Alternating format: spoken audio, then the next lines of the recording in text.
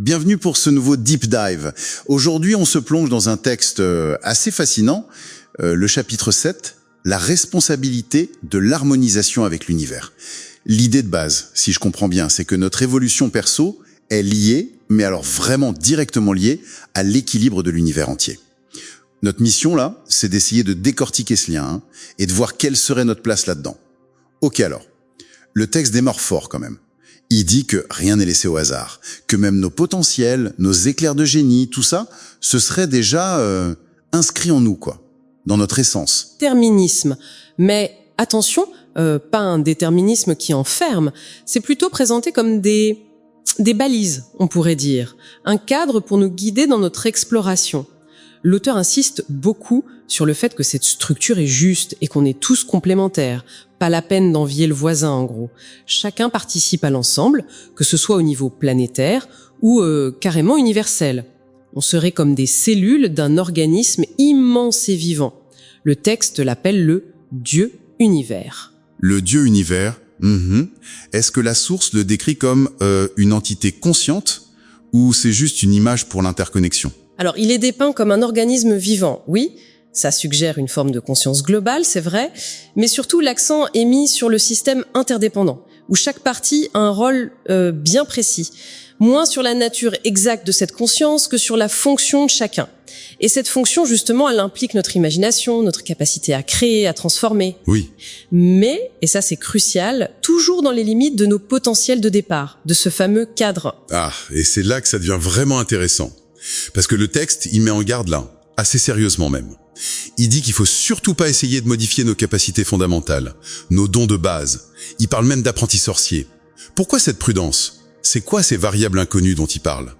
La source explique que toucher à nos structures essentielles, sans piger l'ensemble des interactions cosmiques, ça pourrait avoir des effets imprévisibles.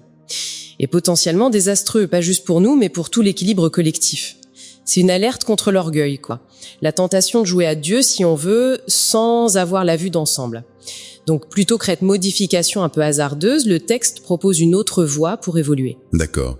Et c'est quoi cette autre voie alors ? Eh bien, c'est une approche holistique. Pour un vrai changement, un changement profond, l'auteur dit qu'il faut engager toutes les dimensions de l'être. L'émotionnel, le mental, le sentimental et même l'amoureux. Tout doit être impliqué. C'est un travail d'harmonisation intérieure vraiment complet. Le texte oppose ça à une vision purement matérialiste qui, elle, passerait à côté de ce qu'il nomme les paliers subtils de l'existence. Et les paliers subtils. D'accord. Est-ce que vous pouvez nous éclairer un peu qu'est-ce que la source entend par là ? C'est quel niveau ça ? Alors, d'après le texte, ce sont des niveaux de réalité ou de conscience qui ne sont pas juste physiques, matériels. On pourrait penser au plan émotionnel, mental, peut-être spirituel, des dimensions que nos sens habituels ne captent pas directement. L'auteur affirme que ces paliers sont cruciaux pour comprendre vraiment notre existence et qu'on a une responsabilité en fait sur l'impact de nos pensées, de nos émotions, de nos actions sur ces niveaux invisibles. Dans cette logique, chaque vérité personnelle, chaque chemin doit pouvoir coexister sans tout casser, sans nuire aux autres dans ce grand organisme cosmique. Ok, je vois. Si on ramène ça à nous, au quotidien, ça veut dire quoi concrètement ? Ce serait quoi notre rôle finalement d'après ce chapitre ? Essentiellement, ce serait de faire de notre mieux dans le rôle pour lequel on est fait. Utiliser notre conscience pour éclairer notre petit coin d'univers, notre parcelle, lui donner du sens, la rendre plus cohérente, plus harmonieuse.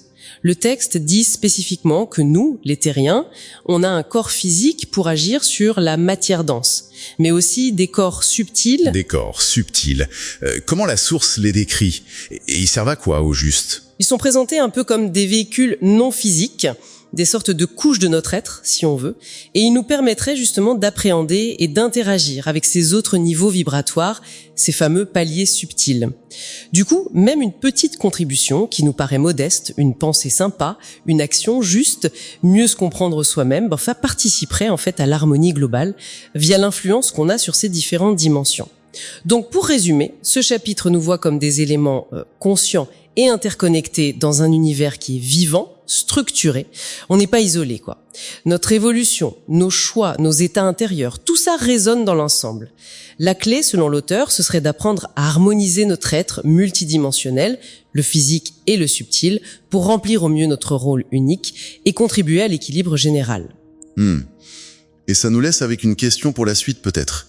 Si on accepte cette idée, cette prémisse d'une existence qui va au-delà du visible, avec ses corps subtils, ses paliers, comment est-ce que la prise de conscience active de ces dimensions pourrait changer concrètement notre façon de vivre, d'agir, d'interagir, ici et maintenant, dans le monde tangible? Voilà, une piste à creuser. C'était notre deep dive sur la responsabilité de l'harmonisation avec l'univers.